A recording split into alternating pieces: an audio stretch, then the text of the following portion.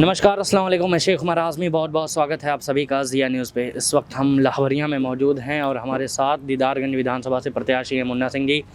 उनसे हम ज़रूरी बातचीत करेंगे। उनकी जनता के कुछ सवाल हैं और कुछ सवाल केंद्रीय स्तर पे भी हैं। सभी सवालों के जवाब आज आपसे जानेंगे। सर, सबसे पहले आपका बहुत इस्तकबाल है हमारे चैनल पर।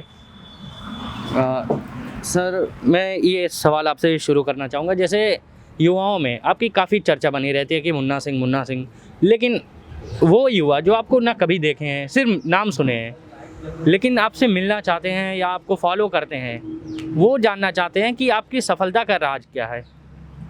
देखिए, युवा हमसे ऐसा नहीं है कि नहीं मिला हुआ है। हम तो लगातार युवाओं के बीच ही रहते हैं जी।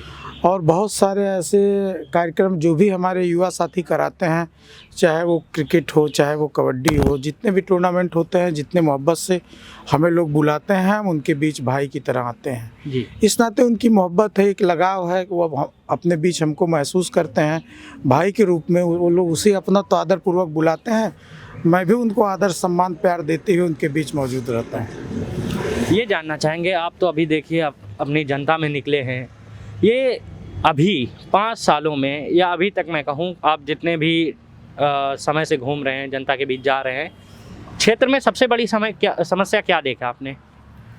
देखिए, हमारे दीदारगंज विधानसभा में समस्या के रूप में आप देखेंगे तो सड़कों की हाल आप देख लीजिए। जी। दीदारगंज में आप किसी भी रोड पे चले जाइए, तहसील मुख्यालय मार्टिनगंज है, दूसरा तहसील मुख्यालय पड़ोसी फूलपुर है। आप केवल वहीं से मार्टिनगंज से आप किसी भी साधन से, चाहे मोटरसाइकिल से, चाहे 4 चक्के से आप सीधे चले आइए छित्तेपुर नोनारी होते हुए।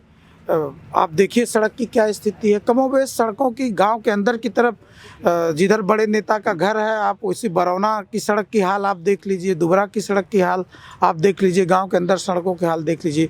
शिक्षा के रूप में यहाँ पे ना तो कोई सेंट्रल का स्कूल है, ना तो कोई जीआईसी है लड़कों के लिए, ना तो कन्याओं के लिए कोई जीआईसी है, ना तो कोई हमारे यहाँ इंजीनियरिंग कॉलेज है, ना तो मेडिकल कॉलेज है। आप स्वास्थ्य के रूप में आप आइए तो स्वास्थ्य की तो इतनी खस्ता हाल है हमारे यहाँ कि पूरा दीदारगंज बिल्कुल खाली है। अगर कोई बीमार होता है तो एक मार्टिनगंज की सीएससी पीएससी है, इधर महमदपुर की सीएससी पीएससी है। तो स्वास्थ्य के रूप में हम लोग पूरी तरह से फेल हैं। इसके बाद बहुत सारी चीज़ें हैं, जैसे बिजली है, पानी है, बहुत सारी चीज़ें अभी तक उसी तरह की स्थिति है। अच्छा सर, आपने तो काफ़ी पॉइंट गिना दी जिस पे काम करना बाकी है, लेकिन प्रधानमंत्री तो बड़े मंचों से आजमगढ़ में कहते हैं कि काफ़ी विकास हो गया है। आजमगढ़ में जितना विकास हमने किया किसी पार्टी ने नहीं किया और हमें और भी विकास करना है, इसलिए 5 साल फिर भाजपा को आना है आजमगढ़ में। देखिए, कौन क्या कहता है, वो बड़े नेता हैं, देश के प्रधानमंत्री हैं। हम चाहे जिस दल की राजनीति करें, वो हमारे देश के, हम आपके सबके वो देश के प्रधानमंत्री हैं। जी। और बड़े नेता अगर इस तरह की बात करते हैं तो उस पर मेरी कोई टिप्पणी नहीं है। लेकिन यहाँ का युवा पूरी तरह से आप देखिए बेरोजगारी किस तरह से चरम पे है। युवा ठगा महसूस कर रहा है। पढ़ लिख करके, इंजीनियरिंग करके, बीएड बीटीसी करके आप देख रहे हैं कि किस तरह से एक बड़ा हुजूम है नौजवानों का। बेरोजगारी बिल्कुल चरम पे है। महंगाई किस जगह पे आके खड़ी है चरम पे, आप सारे लोग जानते हैं। महंगाई, बेरोजगारी कोई मुद्दा ही नहीं रह गया। एक अलग माहौल बना करके लोग राजनीति कर रहे हैं, जबकि हिंदुस्तान हमारा है, हिंदुस्तान हम सबका है। हिंदुस्तान की एकता, अखंडता हमारे संविधान से लेकर के हमारे हिंदुस्तान के आम जनमानस के दिलों में है और ये एकता अखंडता बनी रहेगी, ये कायम रहेगी। इसके लिए हम सब पूरी तरह से तैयार हैं। सर, अगला सवाल मैं महंगाई पे पूछना चाहूँगा। जिस तरीके से महंगाई चरम सीमा पे है, वहीं बसपा के ज़माने में जो पेट्रोल 55 या 40 में आते थे, वही आज उसके 2 गुना दाम हो गए हैं।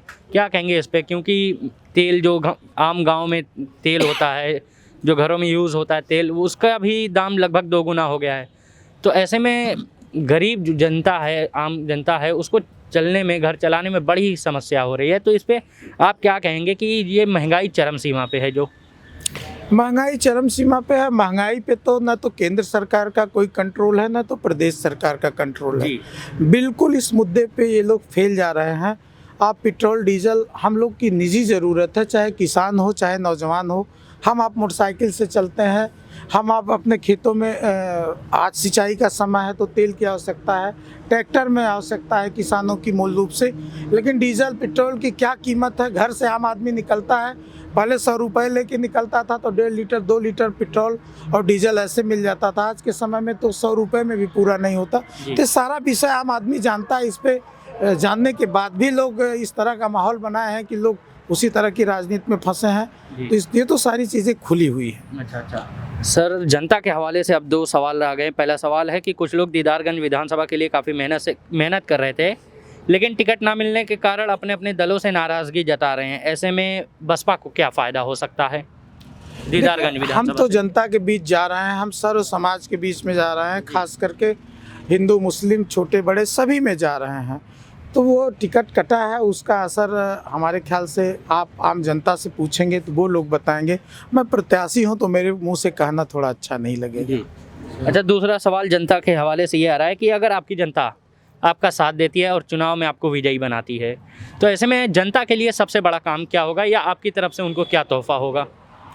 देखिए, बहुत दिनों से ये जनता विधायक एमपी बनाती चली आ रही है और लोग बड़ी बड़ी बातें करते हैं, बड़े बड़े वादे करते हैं जी। आपने देखा कि इसके पहले प्रधानमंत्री जी कितने बड़े बड़े वादे किए और उनके कैबिनेट मंत्री उन वादों को जुमला साबित कर दिए। जी। तो मैं बड़ी बड़ी बात बड़ा बड़ा वादा तो नहीं करूँगा, लेकिन जनता ने मौका दिया, जनता का आशीर्वाद रहा, ऊपर वाले का आशीर्वाद रहा, तो निश्चित तौर पे अपने आप को दीदारगंज का भाई, दीदारगंज का बेटा साबित करके दिखाऊंगा। जनता के बीच रहूंगा।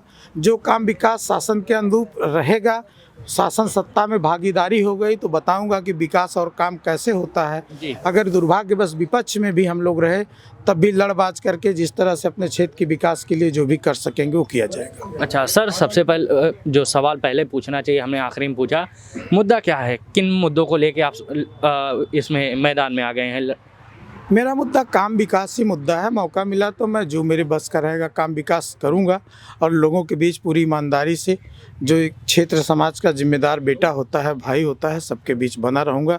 इज्जत सम्मान आदर देता रहूंगा और उसी आदर सम्मान का आकांक्षी रहूंगा। दीदारगंज की जनता ये महसूस करेगी कि उनके बीच का विधायक है, उनके बीच का बेटा है, उनके बीच का भाई है। अच्छा सर, अभी आखिरी सवाल हमारा आपसे ये रहा कि आप अपनी जनता से, हमारे चैनल के माध्यम से दीदारगंज की जनता से क्या कहना चाहेंगे? दीदारगंज की जनता से मैं हाथ जोड़ करके आशीर्वाद मांग रहा हूं और घरों घरों पे जाके, चौखटों पे जा करके उनसे आशीर्वाद मांग रहा हूं कि आप मुझे आशीर्वाद दीजिए, आप मुझे मौका दीजिए। आपने सबको देखा है, जो लोग आपके बीच में हैं, आज के डेट में चुनाव लड़ रहे हैं, वो भी इसी क्षेत्र में है। मैं भी 25 साल से हूँ। मेरा ये पहला, दूसरा, तीसरा के बाद ये चौथा चुनाव है और 2012 में भी मैं इसी दीदारगंज के बीच चुनाव लड़ा था। 37,000 वोट हमको मिला था और दीदारगंज की जनता से अपील है मेरी कि वो मुझे आशीर्वाद दे, मुझे सहयोग दे और अगर ये मौका मिला तो दीदारगंज जनता के बीच में पूरी ईमानदारी से काम करूँगा। अच्छा, चलिए बहुत शुक्रिया सर, हम बातचीत हो रही थी हमारे साथ मुन्ना सिंह जी से। चलिए बहुत बहुत शुक्रिया आपका भी देखने के लिए ज़िया न्यूज़।